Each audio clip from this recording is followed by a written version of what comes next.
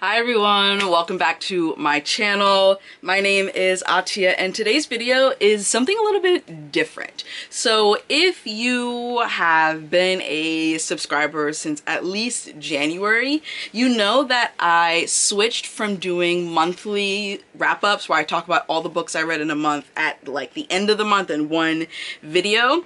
I switched to doing weekly wrap-ups, which has been fun and it's been a much better experience for me, and I'm actually remembering things about the books and I'm actually able to tell you guys what they're about and things like that.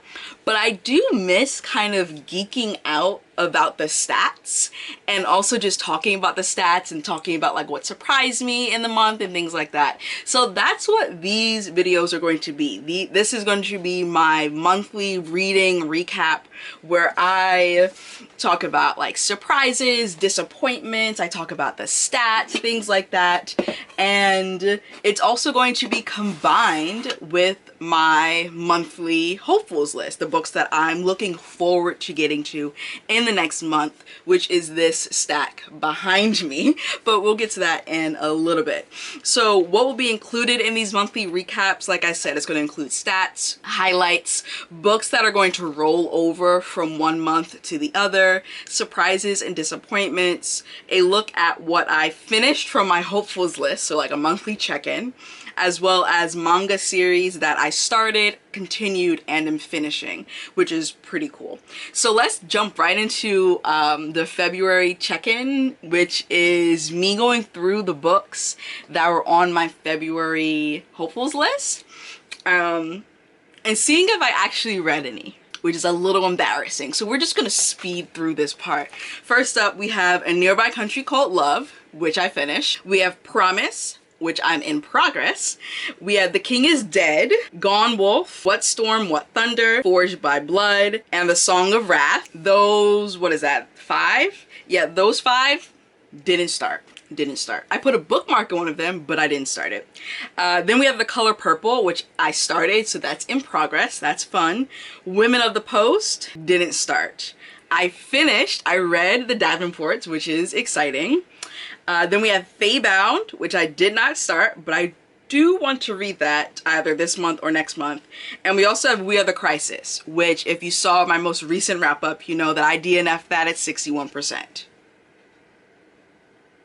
Yeah, that's all I gotta say about that. So I have 6 books that are going to roll over from February into March. That's going to be What Souls Are Made Of, Sinful Vow, How the Boogeyman Became a Poet, A Drop of Venom, Ride or Die, a Black feminist manifesto, and Luca. All of those are books that I'm currently in the middle of, and I do anticipate finishing them during the month of March. Then let's get into some highlights. So what goes into this section is going to change every month depending on just like what patterns happen in my reading. So that's pretty fun. So the 2 highlights that I want to point out are going to be my favorite novels of the month and my favorite picture books of the month. So for my favorite novels, I picked a top 4, and those 4 are A Nearby Country Called Love, which was absolutely incredible, 5-star read, highly recommend you go pick that up. The Davenports, Rooms, which is a graphic novel, again another one that wasn't on my TBR or my radar and just surprised me. And Front Desk, which has been a TBR veteran for a while, so I'm glad I finally got to that one. Then my favorite picture books, I picked 6 from this category, or for this category. We have Natural Me, Born on the Water, Maya's Song, Just Like Me, My Fade is Fresh, and The Artivist. Now you'll notice that I'm not really giving you like synopses or anything about any of these books except for when we get to the TBR portion, because I've talked about all these books in a weekly wrap-up. So if you're interested in knowing my thoughts on what these books are about, definitely check out my weekly wrap-ups because I give a more in-depth look at the synopses. Now let's go to my disappointments versus my surprises. I had one disappointment in the month of February, and that is We Are the Crisis. I don't even know if I should be surprised that this was a disappointment, but it was. I DNF'd at a 61%. I will not be continuing on with the series, and we're just gonna move past that point and mosey on past it.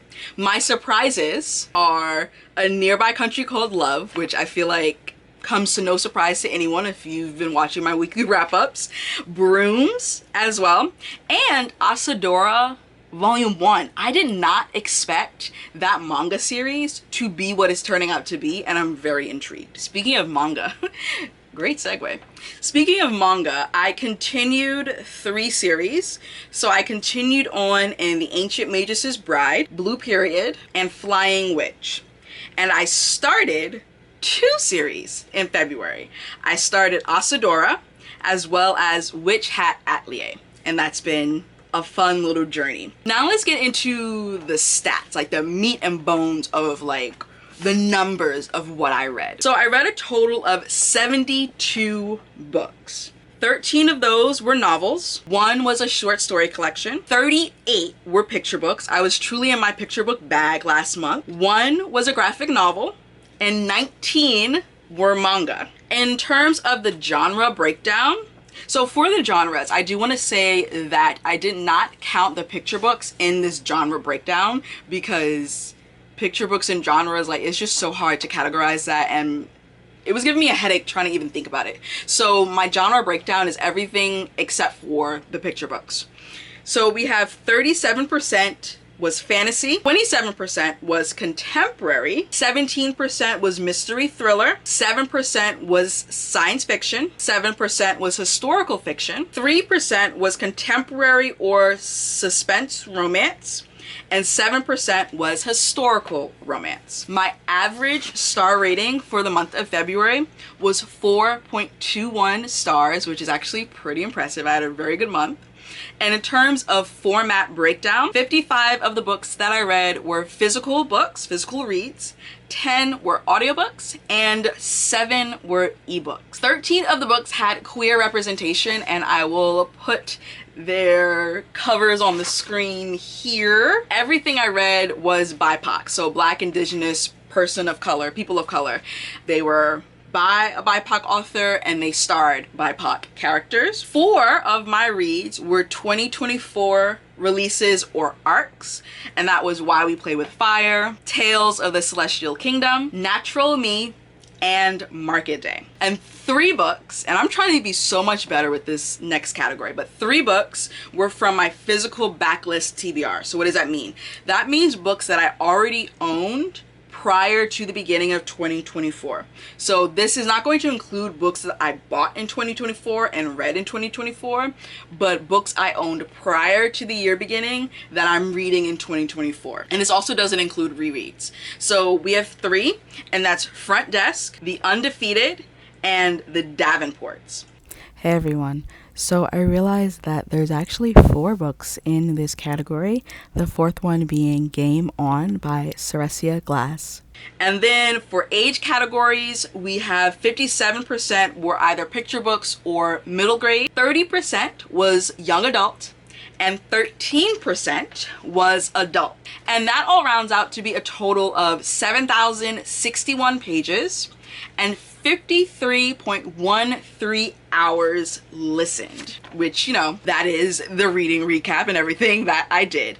Now let's jump into my March TBR. We have this nice little stack. I'm going to try and give you like 1 to 2 sentence synopses, okay? Yeah, that's what you're going to get from me. All right, starting on the top, we have Deep as the Sea. Nope, I am lying. Deep as the Sky, Red as the Sea by Rita Chang Epig. This is about a pirate queen. I believe it is like historical fiction. It's based on a real woman, but it's historical fiction, and this story is deeply intriguing to me, and I also really do love the cover. The cover is absolutely stunning. So yeah, as you can see, there's already a bookmark in here because I plan on starting this very soon. Then we have See No Color by Shannon Gibney. This is about a transracially adopted black girl who is coming to grips with her blackness in this white family and all that entails and what that means. There's also a heavy theme of baseball in this as well. This is another one where I'm 50% of the way through this one and really enjoying it so far.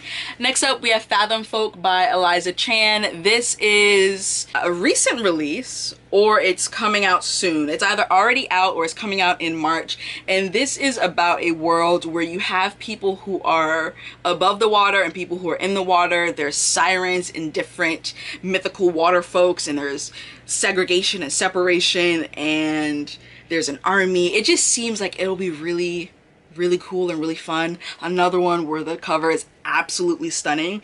If you want the full synopsis of this one, I forget which book mail haul it's in, but it is in one of my book mail hauls because I was sent this by the publisher. I believe, what month are we in? February? So this is either in my January book mail haul or my December, my end of year one, so check that out. Then we have A Love Song for Ricky Wilde by Tia Williams. This is a romance between a florist and a pianist, and there's something about like 100 years love story in the making. It's by the same author who wrote 7 Days in June, which I absolutely loved, so I'm definitely looking forward to gobbling this one up. Then we have Advika and the Hollywood Wives by Kirthana Ramisetti. This one is about a woman who marries an older gentleman, and she is the 5th wife of his, or the, let's see, yeah, she's the 4th wife of this older gentleman in the film industry, and there's a 41-year age difference, and one of his wives dies and leaves her a bunch of money, but she's like, you know, you have to divorce him in order to get this money, and she leaves her like, I think, tapes or letters or something, and she's trying to figure out like what went wrong in their marriage and do I really know the man that I married. Next up, we have a crowd favorite, Jade City by Fonda Lee. This one is urban fantasy. It takes place in, actually I don't know where it takes place. Oh, it takes place on this island, Kikan, and the rich are able to use jade to enhance their natural abilities, and there's clans and political intrigue, and there's warring clans, and this is one that I really need to get to because I keep hearing I've heard amazing things about this trilogy for years. And I think I'm a little bit intimidated by it, which is why I've not read it yet, but I'm excited. I'm ready to just dive into this world and be absolutely emotionally destroyed and wrecked like everyone else who reads this trilogy. I'm ready to join the fan club. Next up, we have Girl, Woman, Other by Bernardine Evaristo. This is a book that spans, or is a collection of, I don't want to say it's a collection of stories. This tells the tales of many different women and non-binary people in the UK, right? Is it in the UK? Did I just make that up? Yes, Black British women. And yeah, I'm just another one where I'm a little intimidated, but also I think it's about time. Like, this has been on my TBR for years and I just need to get to it. Then we have Homeward by Angela Jackson Brown. This is a book that I've started and I just need to continue with it. It follows a young woman, Rose, and she returns home without her husband and pregnant by another man. And it's during the Civil War, not during the Civil War, I'm so sorry, during the Civil Rights Movement. And something devastating happens and she has to like figure out who she is and put the pieces back together, all while dealing with, one, the stigma of like how her child came to be, but also realizing that she wants to be more involved in the civil rights, even though she's kind of been warned away from it. Next up, we have a reread for me, and that is Eloquent Rage, a Black feminist discovers her superpower by Brittany Cooper. This is a nonfiction book, so the title tells you what it's about. I read this a few years ago when it first came out. I gave it 5 stars. I absolutely loved it. And I think it's about time for a reread. It's been calling my name. It's been staring at me from across the room. And so I was like, you know what, girl? Let's go for another ride. Then we have another classic, The Color Purple by Alice Walker. I feel like everyone pretty much knows what this book is about, but we have a book that depicts the lives of Black women in early 20th century rural rural Georgia is told entirely in letters. I started reading it and I was just absolutely enthralled and pulled in, so I'm looking forward to just like diving in. I don't want to read this too fast because I do want to savor it, but I am super excited to get through it, if that makes sense. Next up, we have Blood Over Bright Haven by M.L. Wang. This is an epic fantasy, a standalone epic fantasy by an indie author. There is this utopian world where people come and like collect magic. Yeah, magic has a cost and collectors have come calling. That's really all I know about this one. And I don't want to read the synopsis and sum it up for you because from what I can remember of the synopsis, it sounds super intriguing and I want to go into it kind of blind. So yeah, but if you like high epic fantasy where there's utopias but it's not really as it seems and magic has a cost and people are like usurping magic, then check this out. And then the last book on my March hopefuls list is another nonfiction, and that is The 100 Years' War on Palestine, a history of settler colonialism and resistance, 1917 to 2017 by Rashid Khalidi. And again, nonfiction, so the title pretty much tells you what it's about. This is another one where I see myself starting this in March and having it roll over to April because I do want to take my time with it, especially because it's going through the history of the ordeal that we're seeing over in Palestine. Alright, that is it for my March TBR as well as my February reading recap. Thank you so much for watching. Let me know down in the comments if you like this new format of wrap-ups and also what you think about combining my reading recap with my March TBR instead of doing it in two separate videos. Make sure to let me know in the comments as well, how did your reading month go last month and what are you excited to read in the month of March? Make sure that you are subscribed and you've hit the notification bell so you're notified every time I release a new video. Give this video a huge thumbs up. All of my socials are linked down below, as well as the link to my Etsy shop and my Pango Books storefront, and I will see you in another video. Bye! I ain't living for the moment. I see what's mine and I want it. Hungry like a Pac-Man. I'm Bruce Wayne and Batman. I'm Naruto with a Hanzo. Got a sharp mind like I'm Einstein. Plus I'm copywriting, so it's all mine. Check it for me, I'm in the sky.